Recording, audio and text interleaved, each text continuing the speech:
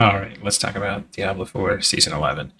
Likes, dislikes as a casual player so far into the season. I played a day after the season started, wasn't able to start the day the season started. However, coming into the season, I am a Season 2 player, so I come into this season as pretty much a brand new player. I have a couple gruffs and I have a couple things that I like. One, I did not return because of the Paladin. I just want to say that. However, I am a paladin. I am maining a paladin right now. I started the season as a rogue. They're very squishy. Didn't like that. Switched over to a spiritborn. Play on controller.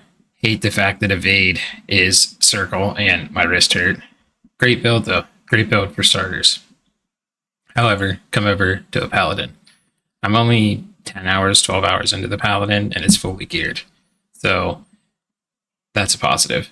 But let's start with the dislikes, I guess. They're minimal dislikes, so don't think that I'm going to be hating too hard. But one of the dislikes I have is, and I'm going to reference this a lot, I'm a World of Warcraft player, and I really do feel like, in all honesty, we need to have a way to import skill trees from websites. If we're using those websites to build our skill trees anyway, we should just be allowed to import them instead of having to refund all of the points, put all the points in, go to our armory, select the armory, put this build as this armory, this build as this armory slot. It should just be as simple as, okay, here's the import button. Just let us import. Same thing with the Paragon. There's so many Paragon points. Now, as you can see on my screen, and if you see throughout the video, I reference my Paragon board sometimes. The issue is I already had this build set up. I was just allotting different points different places. But with 300 points on a brand new character, there should be no reason that I can't just import a Paragon board from a website. Maybe it takes more than I know, but I really do feel like we should just have an import button. Well, let's just say that. The second thing, gear. I get that we're supposed to be getting a filter, but gear drops so much. I don't need the amount of gear that's dropping. I always go for the GAs. And when I'm going for the GAs, it's only the things, literally, that I need. I don't need chest pieces with GAs, so I don't even pick chest pieces with GAs up. I don't need hand pieces with GAs because I'm running an Auroradin. I don't pick those up unless it happens to be a Dawnfire, then in which case I'll pick it up. And most of the time, they don't touch the one that I have right now anyway. As far as that goes, maybe there's a way that the filter will make it better, but maybe we just don't need as much gear to drop when we hit T4 and we're end game building. But that's just my thoughts. Okay, let's go into thought number 3. Thought number 3 happens to be I'm a controller player. I do play on the PC, but I use my Xbox or PlayStation 5 controller. So let's talk about that. I really feel like, especially when I'm running these bosses and I need the things to move out of the way as a controller player, I really feel like we need a drop all button as a controller player.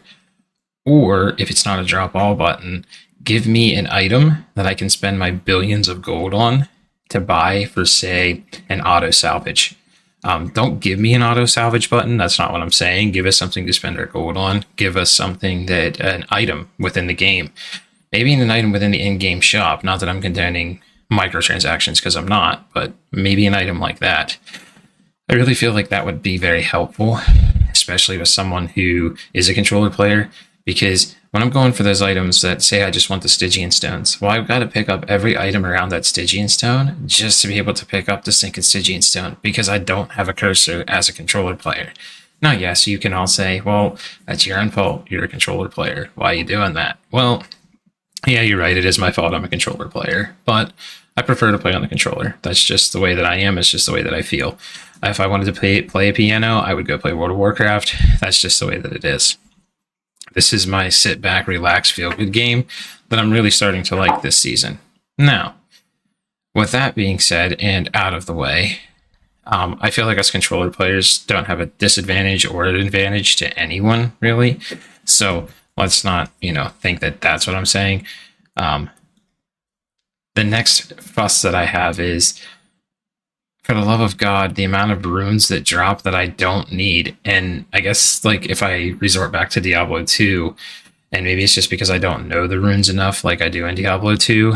And maybe next season I will know the runes enough because, again, they didn't have those in season 2. So the next thing that I got to complain about is the amount of runes that are dropping is absolutely absurd. And I'm like, I pick them all up and I put them all on a stash tab, which that leads to my next fuss. Why don't we have a rune stash tab? Why does one of my stash tabs have to be allotted for my runes and my runes only with the amount of runes that are dropping? We can't combine the runes together to make higher runes like in Diablo 2, where you could take chip gems and combine 2 runes and put them together because we don't have a Herodric cube. And maybe that's coming next season. I don't know. Be really cool if it did, because then I wouldn't feel like the amount of runes I'm picking up is pointless. But give me a different stash tab. I just don't feel like we need to have our runes the way that they are. I really feel like we should have a rune stash tab. Now that leads me to my other fight, where in season 2 they pushed that the altar of Lilith, you get all your altars of Lilith. When I first started the game and I played before pre-season 1, all the altars of Lilith. Well, they took all my altars of Lilith away. They made it pointless anyway to go and get all this. And I spent hours at night getting those things. I think it was like 3 hours is what it took me to get those, just because I was trying to avoid referencing a map. Because again, I'm a casual player and I didn't want to blow through all the content and have nothing to do. But it still sucked, making me get all the altars and then taking away all the hard work that I put into it. So that's my fusses that I have. I don't really have any other fusses with the game, but let's start talking about the positives. The positives is the Paladin. I didn't think I was going to like it. I didn't come back to the game for the Paladin. But when I realized that they brought the hammers back, I needed to come back and try the Hammered-In.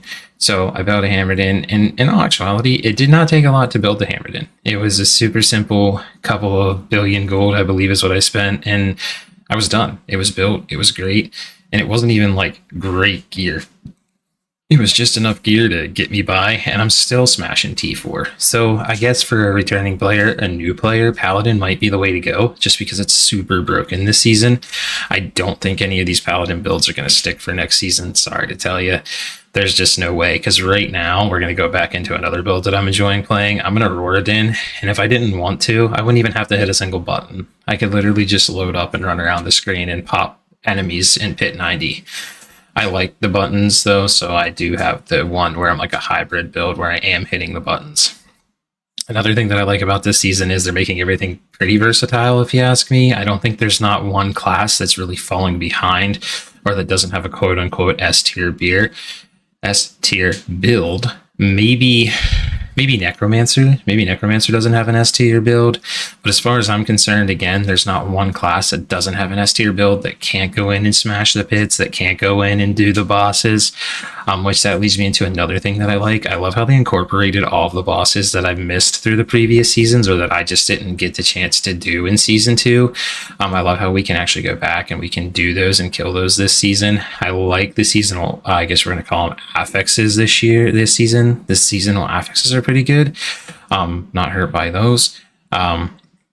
Also like that Paragon leveling is a pretty simple Paragon level. I go in, I kill a boss, I open a chest, I go in, I kill the boss, I open the chest, and then my Paragon levels level up. Do I think that's going to stick next season? No, they're probably going to ruin that. From what I hear, it used to be the pits. That's where we used to go get all of our levels. And, well, unfortunately, they'll probably take away the Paragon leveling through the bosses at some point in time, probably next season. As far as this season goes, I haven't really found anything that I'm running out of things to do. I'm always having something to do, as with Dance Invasion, killing the bosses, running through the pit, something, Helltides. I love Helltides. I am going to bring up a little fuss about Helltides. One of my biggest fusses that I have about Helltides is I wish that they were endless. The way that I understood Helltides, again, season 2 player, was that they were endless. Well, unfortunately, they're endless. They're not endless. They do end, and it sucks because you get 10 waves in, and then everything's killed, and then you have to kill a boss, and then you have to leave, and then you have to use a sigil. I want something where I can literally just go in and just slaughter and slaughter and slaughter, but as I'm doing it, it gets harder and harder and harder until I hit a wall. Mind you, not like the pit. I want something that's like Helltides that continuously does what it's doing, but eventually I hit a wall that no matter what, the enemy's going to smack me and I'm going to die. and I don't want it to be timed because I'm a casual player and time I feel like I'm very rushed. The pit, it's great. I can get to pit like 105, I believe, if I wanted to go kill pit 105, maybe 106. I'm not a huge pusher when it comes to that, and I'm not going to push the timed content and the leaderboard content as it is. But give me Hell Tides to be endless, please. For the love of God, give me Hell Tides to be endless. I think that's about the only thing I have to say. This season's been great. I think that Blizzard's done a really good job. I'm hoping that they continue in the direction. I'm hoping to see the changes that I was talking about. Maybe an import button for our skills. Maybe a import button for the Paragon boards. We all utilize websites no matter what we say, unless we are the ones who are building the builds, then in which case we're not utilizing the website. But